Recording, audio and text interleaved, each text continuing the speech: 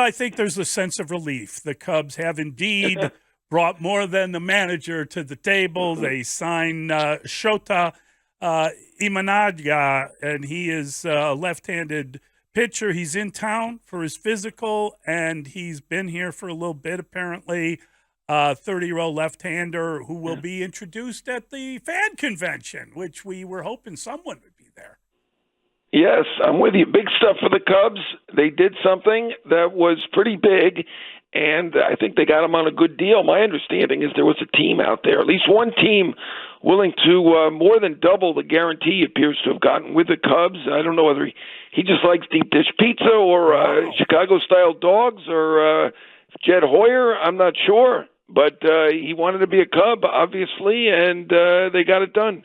John, that would be a remarkable sacrifice that you don't often see from professional athletes. If he turned down twice the value of the guarantee and the size of the contract, the way it was reported, I think it was John Morosi, that the contract is initially 2 years, $30 million, could be as much as an $80 million investment, a lot of opt-outs. But do you think that's a fair value for somebody that could be sliding into the middle of the Cubs rotation? 15 per year seems like a bargain.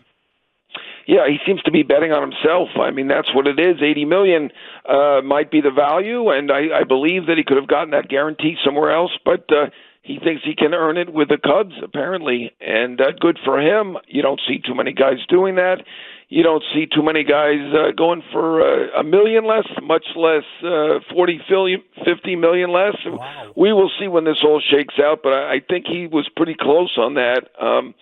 He thinks, and the pitcher believes that he will get that $80 million or so through the incentives, the escalators, and I guess we should say good for him. He wanted to be a Cub, and they are going to get it done. Yeah, that is. I didn't realize that. That's really interesting. I know the Cubs had vowed to get a Japanese player, and we were hoping it was someone different initially, but that seems like a pretty good deal. Yeah, I do believe so. I actually think the Ohtani deal was a good deal, as I said when I was out there in Chicago with you guys, because of all the deferrals.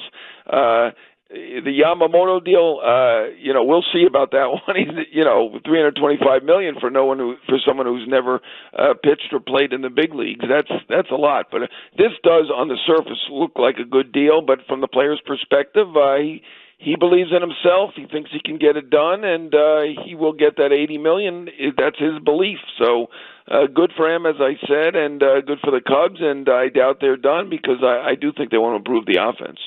You never know how a Japanese player, especially a pitcher, is going to adapt and adjust and thrive, John. I think the most recent example you look to is in New York with Kodai Senga, who had a very good year for the Mets. I guess, is that, when you're looking for comps, a fair comparison to look at one guy who was established, who came over and continued the success in the majors, or would there be another comp that you think is more accurate? Well, I mean, certainly there is that adjustment, and so that's accurate for all the Japanese pitchers, and we heard that a lot in spring training with Senga, but he adjusted quickly. I was there for his debut, and he was outstanding right away. I think the Mets got a fantastic deal on that one, $75 million. Senga's a guy who throws up to 98 miles an hour and has that ghost fork, so his stuff is spectacular. I think that he signed for that little because he had a bad medical.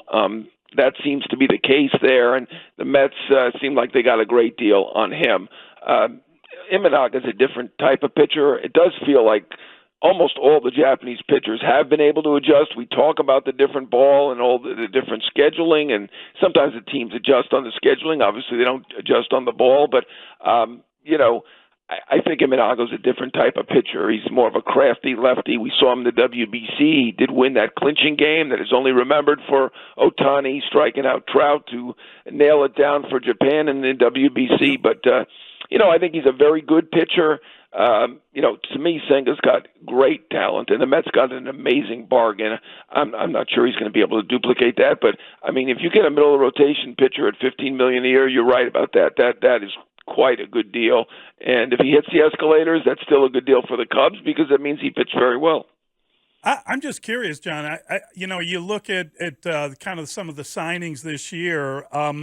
Have Japanese and Korean players kind of overtaken Latin American players, or is it just this year because the best player in baseball is Japanese and everyone's going for him?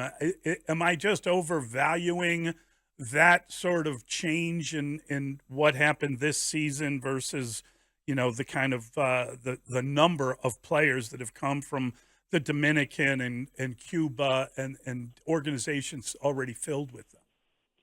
Well, I mean, obviously the best player in baseball is a Japanese player in Ohtani, and Yamamoto, he's got the biggest contract ever. I mean, I guess the Cole contract you might say is better since it was 3 years fewer for only $1 million more, but $325 million when you've got a $50 million plus posting fee to pay as well, and quite incredible. So they obviously believe in him. They obviously have very talented players. I'm not going to say they have overtaken the Latin players or anybody else, but they do have the best player, and certainly the pitcher that was the most coveted free agent pitcher that I have ever seen. Every big market team was in on him. The Yankees were falling all over themselves. The Mets the same, and really every big market team wanted Yamamoto, and really was incredible to see. With Ohtani, we were not surprised because, I mean, obviously he's the modern-day Babe Ruth, so he deserves whatever he gets. So, John, in Chicago, obviously Cubs fans celebrating the fact that there's actually a move. That finally there's somebody to be signed, but it also leaves Cody Bellinger still unsigned. Rhys Hoskins still out there. Matt Chapman now linked to the Cubs. Do you think one or all of those three guys are possibilities for the Cubs? Yeah, I mean, all of them would be quite a coup, but I would say at this point you've got to figure they're going to get at least one of them. Certainly they do like the idea of defense, and Bellinger provides that. Chapman provides that. They do feel like they need a first baseman, at least it feels like from a distance. So certainly looking at Hoskins, but Chapman we've heard probably more with the Giants, but I'm not going to be surprised if it's the Cubs if they can combine him with Dansby Swanson. That's the best left side of the infield defensively in baseball. Obviously Bellinger did a great job there last year. They've obviously also been apart on the contract, and they've been talking to other teams, and whether they work it out, can't say. It is quite unusual to see it go on for 2 months and then eventually figure it out with that team. But I can't put it past them, and we don't know what the other teams are offering.